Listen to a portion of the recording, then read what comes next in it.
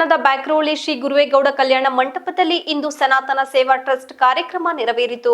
ಈ ಸಂದರ್ಭದಲ್ಲಿ ಟ್ರಸ್ಟ್ನ ಸದಸ್ಯ ಜಂಬರಡಿ ಲೋಹಿತ್ ಪ್ರಾಸ್ತಾವಿಕ ಮಾತನಾಡಿ, ಸಮಾಜದಲ್ಲಿ ದಿನನಿತ್ಯ ಸೇವಾ ಮನೋಭಾವನೆ, ಪರಿಸರ ಸಂರಕ್ಷಣೆ, ಸಮಾಜದಲ್ಲಿ ಸಾಮರಸ್ಯ, ನಾಗರಿಕರ ಶಿಷ್ಟಾಚಾರ, ಮಕ್ಕಳಿಗೆ ಪರೀಕ್ಷೆಯಲ್ಲಿ ಮಾರ್ಗದರ್ಶನ ಹಾಗೂ ಮೊಬೈಲ್ನಿಂದ ಮೈದಾನದ ಕಡೆಗೆ ಅಂತಹ ಉದ್ದೇಶದಿಂದ ನೂತನವಾಗಿ ಸನಾತನ ಸೇವಾ ಟ್ರಸ್ಟ್ ಆರಂಭಿಸಲಾಗಿದೆ. ಇದಕ್ಕೆ ಎಲ್ಲರ ಸಹಕಾರ ಮುಖ್ಯ ಎಂದರು. ನಂತರ ಕಾರ್ಯಕ್ರಮ ಉದ್ಘಾಟನೆ ಮಾಡಿ ಮಾತನಾಡಿದ ಮಾಜಿ ಸಚಿವ ಎಚ್.ಕೆ. ಕುಮಾರಸ್ವಾಮಿ, ಒಗ್ಗಟ್ಟಿನಲ್ಲಿ ಬಲವಿದೆ. ಸಮಾಜದಲ್ಲಿ ನಿಸ್ವಾರ್ಥ ಸೇವೆ ಮಾಡುವ ಇತರ ಸಂಘಟನೆಗಳು ಬೇಕು. ಹಲವು ವರ್ಷಗಳ ಹಿಂದೆ ರೈತರ ಸಂಘ, ದಲಿತ ಸಂಘಟನೆಗಳು ಸಮಾಜದಲ್ಲಿ ಅತ್ಯಂತ ಕ್ರಿಯಾಶೀಲತೆಯಿಂದ ಕೆಲಸ ಮಾಡುತ್ತಿತ್ತು.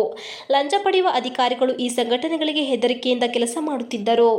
ಪ್ರಸ್ತುತ ನಮ್ಮ ಚಿಂತನೆ ಸಾಮಾಜಿಕ ಅಸಮಾನತೆ, ಆರ್ಥಿಕ ಅಸಮಾನತೆ, ಸಮಾಜದಲ್ಲಿ ಜಾಗೃತಿ ಮೂಡಿಸುವ ಕೆಲಸ ಸಂಘಟನೆಗಳು ಮಾಡಬೇಕು ಎಂದು ಕರೆ ನೀಡಿದರು. ಅಧ್ಯಕ್ಷರಾದ ಮಂಜುನಾಥ್ ಸಂಘವಿ ಮಾತನಾಡುತ್ತಾ, ಸಮಾಜಕ್ಕೆ ಏನಾದರೂ ಒಳ್ಳೆಯ ಕೆಲಸವನ್ನು ಮಾಡುವ ನಿಟ್ಟಿನಲ್ಲಿ 1.5 ತಿಂಗಳಿನಿಂದ ಸಂಘಟನೆಯನ್ನು ಮಾಡಿ ಸಮಾನ ವಯಸ್ಕರೆಲ್ಲ ಒಟ್ಟಾಗಿ ಸೇರಿ ಈ ಟ್ರಸ್ಟ್ ಅನ್ನು ಮಾಡಿದ್ದೇವೆ. ನಾವು ಹೊರಟಿರುವುದು ನಿಸ್ವಾರ್ಥ ಸೇವೆಯನ್ನು ಮಾಡುವುದಕ್ಕೆ. ಅದನ್ನೇ ಮಾಡುತ್ತೇವೆ. ಈ ಟ್ರಸ್ಟ್ಗೆ ನಿಮ್ಮೆಲ್ಲರ ಸಹಕಾರ ಇರಲಿ ಎಂದು ಕೇಳಿಕೊಂಡರು.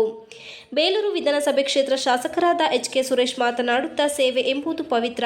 ಅಂಥದ್ದನ್ನು ಎಲ್ಲ ಜಾತಿ ಧರ್ಮದವರೆಲ್ಲ ಒಟ್ಟಿಗೆ ಸೇರಿ ಮಾಡುತ್ತಿರುವುದು ಖುಷಿಯ ವಿಚಾರ.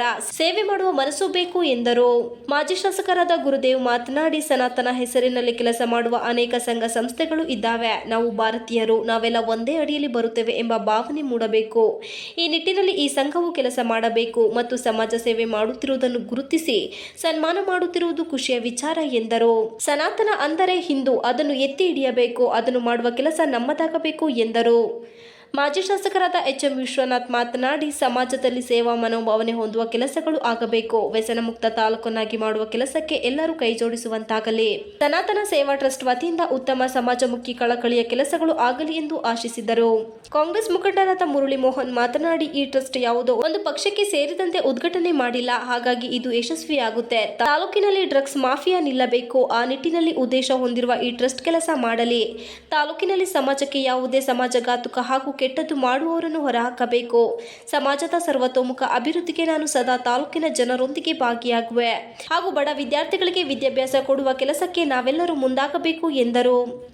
ಜಿಲ್ಲಾ ಪ್ಲಾಂಟರ್ಸ್ ಬ್ಯಾಂಕ್ ಉಪಾಧ್ಯಕ್ಷರಾದ ಜಯಮಾರುತಿ ದೇವರಾಜು ಮಾತನಾಡುತ್ತಾ, ಈ ಉದ್ಘಾಟನೆ ವೇದಿಕೆಯಲ್ಲಿ 3 ಜನ ಮಾಜಿ ಶಾಸಕರನ್ನು ಒಟ್ಟಿಗೆ ಕೂರಿಸಿ ಕಾರ್ಯಕ್ರಮವನ್ನು ಮಾಡಿರುವುದು ಯಶಸ್ವಿಯ ಮುನ್ಸೂಚನೆ ತೋರುತ್ತದೆ. ಈ ಟ್ರಸ್ಟ್ ಸೇವೆಗಾಗಿ ಉಳಿಯಲಿ, ದಾರಿ ತಪ್ಪಬಾರದು ಎಂದು ಕಿವಿಮಾತು ಹೇಳಿದರು. ಈ ಸಂದರ್ಭದಲ್ಲಿ ಸಮಾಜ ಸೇವಕರಾದ ಸತ್ಯನಾರಾಯಣ್ ಗುಪ್ತಾ, 100ಕ್ಕೂ ಹೆಚ್ಚು ಬಾರಿ ರಕ್ತದಾನ ಮಾಡಿದ ಆನಂದ್ ಲಿಯೋವಾಸ್, ಪ್ರಗತಿಪರ ಕೃಷಿಕರಾದ ಮಂಜಯ್ಯ, ಆಟೋ ಚಾಲಕರು ಮತ್ತು ಸುಮಾರು 25 ವರ್ಷಗಳಿಂದ ಬೀದಿಯಲ್ಲಿ ಓಡಾಡುವ ಮಾನಸಿಕ ಅಸ್ವಸ್ಥ ರೋಗಿಗಳಿಗೆ ಆಹಾರ ನೀಡುತ್ತಿರುವ ರವಿಕುಮಾರ್, ಪ್ರತಿನಿತ್ಯ ಮೂಕ ಪ್ರಾಣಿಗಳಿಗೆ ಆಹಾರ ನೀಡುತ್ತಿರುವ ಹೇಮಾವತಿ ರಾಜಕುಮಾರ್ ಅವರಿಗೆ ಸನ್ಮಾನ ಮಾಡಲಾಯಿತು. ಕಾರ್ಯಕ್ರಮದಲ್ಲಿ ಕಾರ್ಯನಿರತ ಪತ್ರಕರ್ತರ ಸಂಘದ ಅಧ್ಯಕ್ಷರಾದ ಜೈ.ಬಿ. ಮಂಜುನಾಥ್, ಬಿ.ಎಸ್. ವಿದ್ಯಾಶಂಕರ್ ಸೇರಿದಂತೆ ಟ್ರಸ್ಟ್ನ ಎಲ್ಲ ಸದಸ್ಯರು ಇದ್ದರು. TV 46 Malenadu news, Sakleshpur.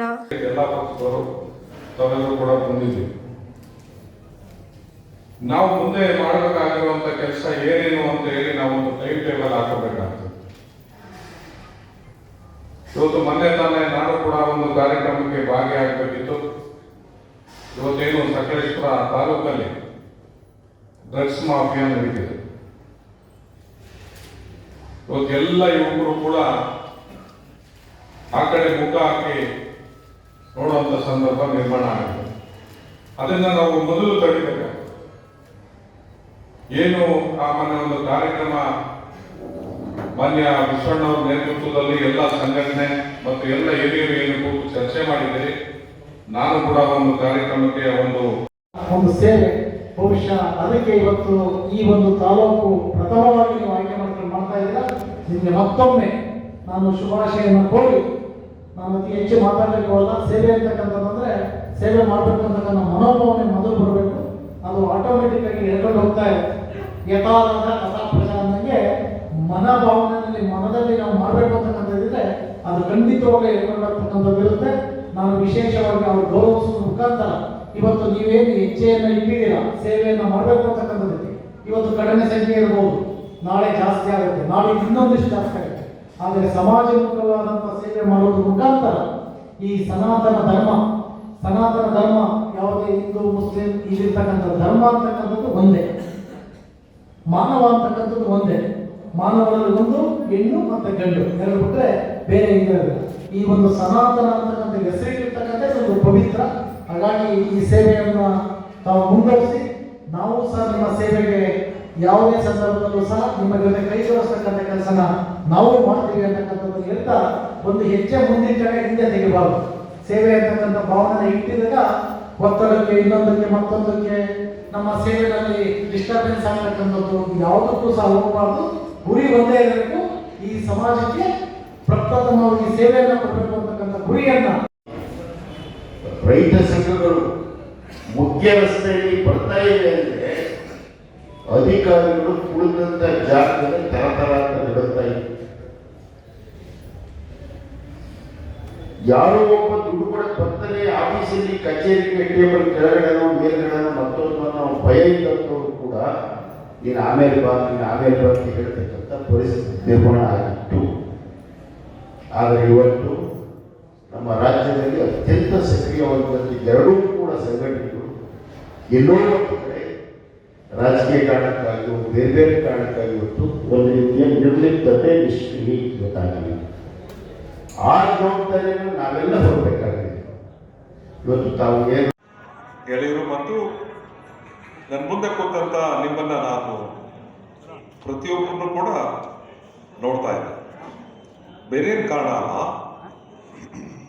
ನಿಮ್ಮ ಗಾಂಭೀರ್ಯ, ಏನೋ ಒಂದು ಕೆಲಸ ಮಾಡೋದಕ್ಕೆ ನಾವು ಬಂದಿದ್ದೀವಿ, ಏನೋ ಒಂದು ಸಾಧನೆ ಮಾಡೋದಕ್ಕೆ ಕೆಲವು ಹುಡುಗರು ಪ್ರಯತ್ನ ಮಾಡ್ತಿದ್ದಾರೆ. ಅದಕ್ಕೆ ನನ್ನ ಮೌನವಾಗಿ ಬೆಂಬಲ ಸೂಚಿಸ್ಬೇಕು ಅನ್ನೋದಿದೆಯಲ್ಲ, ಮತ್ತು ವಿಷಯದ ಗಂಭೀರತೆ ಇದೆಯಲ್ಲ, ಅದು ಭಾರಿ ಪ್ರಮುಖವಾದದ್ದು. ಈ ಸನಾತನ ಟ್ರಸ್ಟ್ ಇದೆಯಲ್ಲ, ತುಂಬಾ ಜನ ಅದ್ರ ಬಗ್ಗೆ ವಿವರಣೆ ಕೊಟ್ಟರು. ಅದು ಅತ್ಯಂತ ಹಳೆಯದು ಮತ್ತು ಆದಿ ಅಂತ್ಯ ಇಲ್ಲದಿರ್ತಕ್ಕಂಥದ್ದ ಸನಾತನ ಅಂತ ಕರೀತಾರೆ. ಅದೊಂದು ಬದುಕು, ಅದು ನಾವು ಸುತ್ತ ಕಟ್ಕೊಳ್ತಕ್ಕಂಥ ಬದುಕು. ಮನುಷ್ಯರು ಬದುಕನ್ನ ಕಟ್ಕೊಳ್ತಾರೆ, ಅದು ಅನೇಕ ಆಯಾಮಗಳಿರ್ತವೆ. ಬದುಕಿನಲ್ಲಿ ದಾರಿ ತಪ್ಪದೇ ಇರೋ ಹಾಗೆ ನಮ್ಮ ತಂದೆ ತಾಯಿಗಳು ಕೆಲವು ಚೌಕಟ್ಟನ್ನ ನಿರ್ಮಾಣ ಮಾಡಿ ಕೊಡ್ತಾರೆ. ಆ ಚೌಕಟ್ಟುಗಳಿಗೆ ನಾವು ಬೆಳೆದ ನಂತರ ಹೊರಗೆ ಬಂದ್ಮೇಲೆ ಸಮಾಜ ಒಂದು ಚೌಕಟ್ಟನ್ನ ನಿರ್ಮಾಣ ಮಾಡುತ್ತೆ. ಈ ದೇಶಕ್ಕೆ ಒಂದು ಸಂವಿಧಾನ ಇದೆ, ಒಂದು ಸರ್ಕಾರ ಇದೆ. ಆ ಸಂವಿಧಾನ ಚೌಕಟ್ಟೊಳಗೆ ಸರ್ಕಾರ ನಡೀತವೆ, ಅಧಿಕಾರಿಗಳು ನಡೀತವೆ. ಆದರೆ ನಮ್ಮ ವೈಯಕ್ತಿಕ ಜೀವನಕ್ಕೆ ಒಂದು ಚೌಕಟ್ಟು ಕೊಡೋದು ಸಮಾಜ.